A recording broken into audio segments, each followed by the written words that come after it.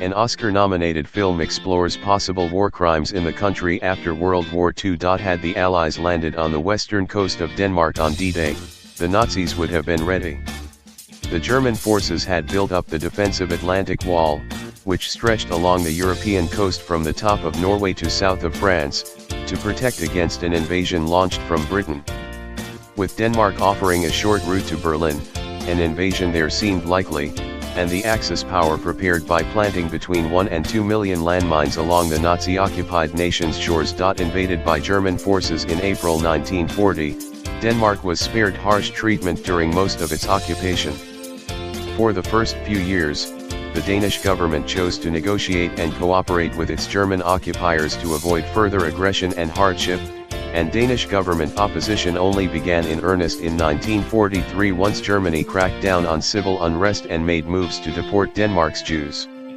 When the war ended in 1945, those millions of deadly, undetonated mines remained, along with the question of who would clear them and how. British forces offered Denmark German prisoners of war to complete the task. Land of Mine, Under Sand, a Danish film nominated for Best Foreign Film at the Oscars, follows a Danish sergeant who commands a troop of former German soldiers as they clear mines from the Skolingen Peninsula.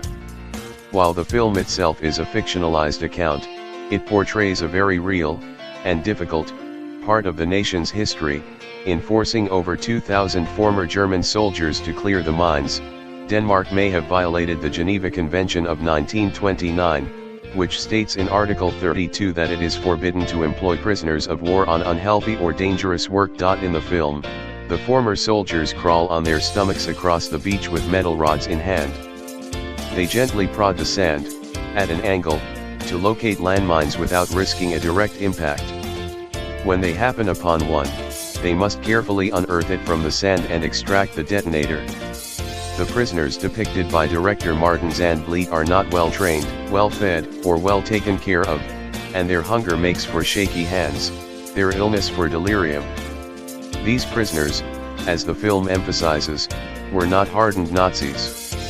In reality, the majority of the POWs made to do this labor were teenage boys or elderly men, who were part of the Volkssturm, the national militia conscripted in the last years of the war to mount an all-out defense against the Allied invasion. The United States Holocaust Memorial Museum credits Denmark as the only occupied country that actively resisted the Nazi regime's attempts to deport its Jewish citizens.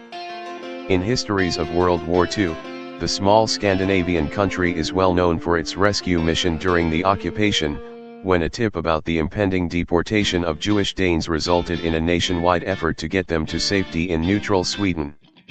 While that story is more complicated than the simplified version, the Nazi SS General Werner Best actually played an integral role in alerting Danish citizens before the roundup. The resistance did manage to transport over 7,700 Danish Jews, 95% of the country's total, and over 680 non-Jewish family members. This is the story Danes are most comfortable with, but not the story Zandvliet is interested in telling. With Land of Mine, he insists that Danes come to terms with the immediate post-war period, when the country committed what could be considered a war crime. As a country emerging from 5 years of occupation, Denmark was faced with a problem and a question: these mines must be cleared. Who is going to do it? While the German boy soldiers had not been directly responsible for the mines being planted, neither were the Danes, who they primarily threatened. And, as Haaretz explains, there was general agreement that the Germans had no rights and could not expect mercy so soon after the war's end. Generations later, there is controversy in Denmark over whether it was indeed a war crime. One Dane who oversaw the German soldiers said they volunteered to clear mines and were treated fairly, while historians who study this time period point to evidence that the British and Danish commanders chose to label the prisoners of war as voluntarily surrendered enemy personnel to avoid violating the Geneva Convention.